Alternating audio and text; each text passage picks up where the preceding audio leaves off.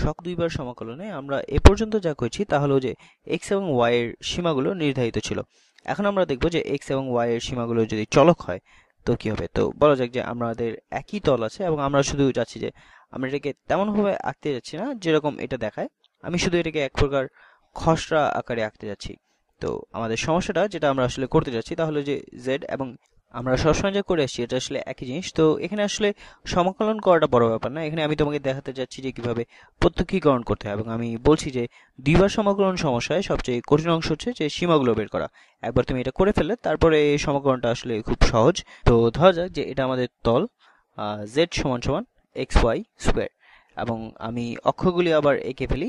তো এটা আমার এক্স অক্ষ, এটা জেড অক্ষ, আর এটা হচ্ছে ওয়াই অক্ষ, আর এটা হলো এক্স ওয়াই জেড।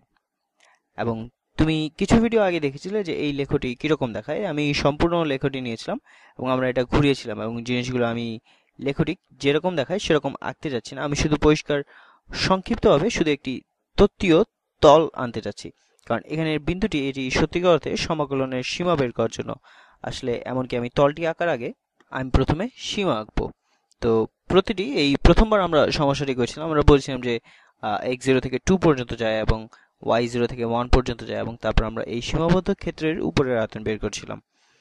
এখন অন্য কিছু করা যাক। তো বের করা যাক যে ধরা যাক যে x 0 থেকে 1 পর্যন্ত যায়। তো x 0 থেকে 1 পর্যন্ত যায় এবং বলা যাক যে ওই ক্ষেত্রে যে আয়তন আমরা তলের নিচে বের করতে চাই এটা একটি নির্ধারিত y থেকে একটি ঊর্ধ্বসীমা y পর্যন্ত নয়, এটা অনেকটা। আচ্ছা, আমি তোমাকে দেখাবো যে এটা আসলে একটি বক্ররেখা।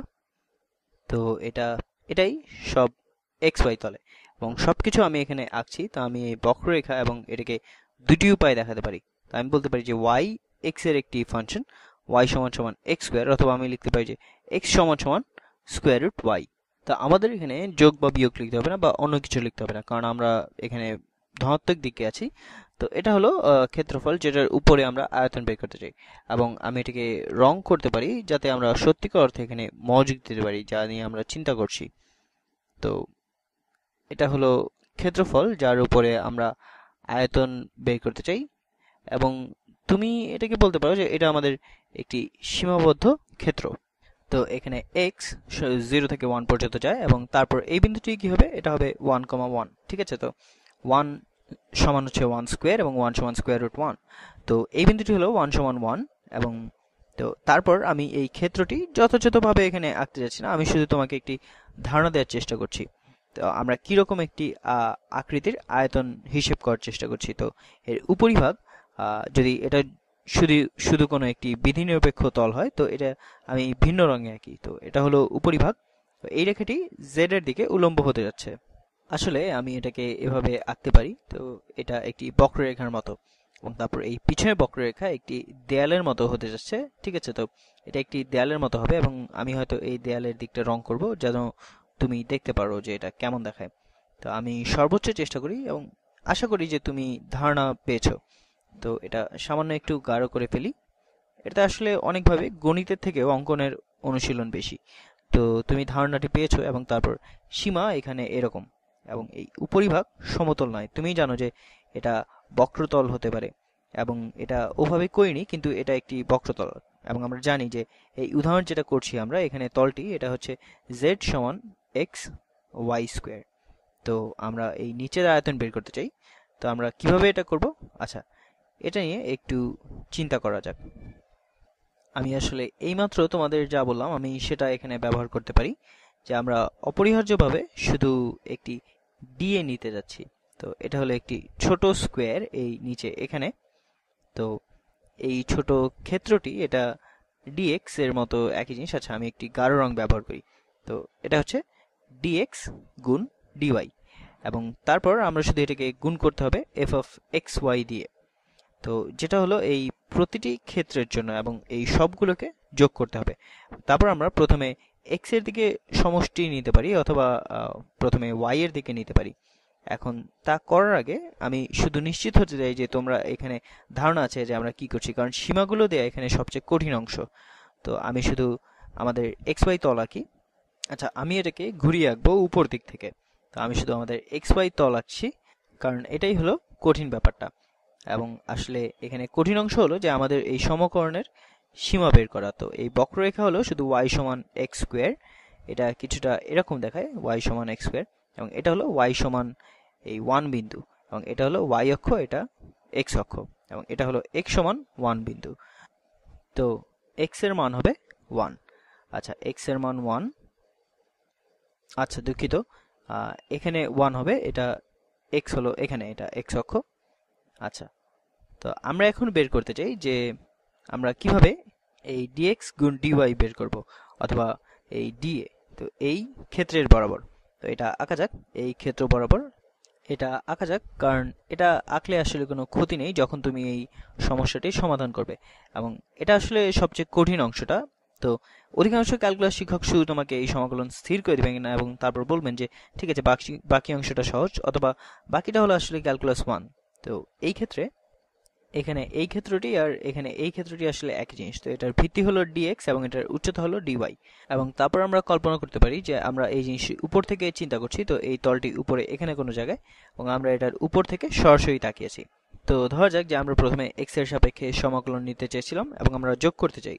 তা আমরা যদি এই কলমের উপরের আয়তন চাই, সবার প্রথমে আমরা এই ক্ষেত্রটি কি হবে, এটা হলো dx গুণ dy। ঠিক আছে, তো এই কলমের উপরে আয়তন লেখা যাক, এটা হবে এই ফাংশনের মান, অর্থাৎ এই বিন্দুতে উচ্চতা, যেটা হলো এক্স ওয়াই স্কোয়ার, এবং এটা গুণ dx dy, dx dy, এবং এই রাশিটি আমাদের এই ক্ষেত্রের উপরের আয়তন দেয়, অথবা এই কলমের উপরে ঠিক এখানে। এবং ধরা যাক যে আমরা প্রথমে এক্স এর দিকে যোগ করতে চাই। তো আমরা ওই dx যোগ করতে চাই, কিছু এখানে এবং ইত্যাদি ইত্যাদি। তো আমরা x এর দিকে যোগ করতে চাই। তো তোমার কাছে আমার যেটা প্রশ্ন, সেটা হলো যে আমাদের এই সমাকলন বা ইন্টিগ্রেশনের নিম্ন সীমা কত? আমাদের নিম্ন সীমা কত হবে? আচ্ছা, এটা এখানে এক প্রকার আমরা y কে ধ্রুবক হিসেবে ধরে নিচ্ছি। তো আমরা যদি বামে যাই, আমরা যদি x এর নিচে এবং আরো নিচে যাই, আর আমরা যেখানে এই বক্ররেখার সাথে এক প্রকার ধাক্কা খাই, তো এই সমাকলনের নিম্ন সীমা হচ্ছে একটি বক্ররেখা। এই বক্ররেখাটা যদি আমাদের x কে y এর সাপেক্ষে লিখতে হয়, তাহলে আমরা এটাকে লিখবো y হচ্ছে x স্কোয়ার, তো x সমান হবে স্কোয়ার রুট y। তা আমরা যদি x এর সাপেক্ষে সমাকলন করি একটি নির্ধারিত y এর জন্য, আমরা প্রথমে আনুভূমিক দিকে সমাকলন করব, এবং আমাদের নিম্ন সীমা হবে x সমান স্কোয়ার রুট y, x সমান স্কোয়ার রুট y। এবং এটা একটি মজার ব্যাপার, কারণ আমার মনে হয় তুমি প্রথমবার হয়তো একটি চলকের সীমাবদ্ধ সমাকলন দেখছো, কিন্তু এটা স্বাভাবিকভাবে বোঝা যায়। তো এই সারির জন্য আমরা এখানে কি যোগ করছি? তো উপরের সীমা আসলে সহজ, উপরের সীমা হবে x সমান 1। তো উপরের সীমা হলো x সমান 1, এবং নিম্ন সীমা হলো যে x সমান হচ্ছে স্কোয়ার রুট y। কারণ তুমি পিছনে যাও এবং তুমি এই বক্ররেখার সাথে ধাক্কা খাবে। এই বক্ররেখাটি কি? আচ্ছা, এটা হলো যে x সমান স্কোয়ার রুট y। কারণ আমরা জানি না যে y আমরা কোন y নিয়েছিলাম। তো এটা যথেষ্ট পরিষ্কার। তো একবার আমরা আয়তন বের করে ফেললে, এখন এটা আমাদের এই আয়তক্ষেত্রের উপরের আয়তন দিবে ঠিক এখানে। আমরা তারপর dy গুলো যোগ করতে চাই। ঠিক আছে, তো মনে রাখবে যে আমি এখানে যা এঁকেছি তার উপর একটি সম্পূর্ণ আয়তন আছে। তো আমি শুধু এই অংশটি xy তলে এঁকেছি। তো আমি এখন কি করছি, আমি এই রাশিটি যেহেতু এটা এখন লেখা হয়েছে, তো এই আয়তক্ষেত্রের উপরের আয়তন বের করব। তো এখন যদি আমার এই নিয়ত বস্তুটির সম্পূর্ণ আয়তন বের করতে চাই, আমি y অক্ষ বরাবর এর সমাকলন করব, অথবা আমরা সকল dy গুলো যোগ করব। ঠিক আছে, তো এটা dy ছিল ঠিক এখানে, এটা dx নয়। আমার x এবং y আসলে অনেকটা একই রকম দেখতে। তো এখন এই নিম্ন সীমা কত হবে? তো y অক্ষের উপর নিম্ন সীমা কত যদি আমি এই আয়তক্ষেত্রগুলো যোগ করি? আচ্ছা, নিম্ন সীমা হবে y সমান 0। ঠিক আছে, তো y সমান 0 থেকে কত পর্যন্ত যাব আমরা? এর ঊর্ধ্ব সীমা কত হবে? তো এটা হবে y সমান 1।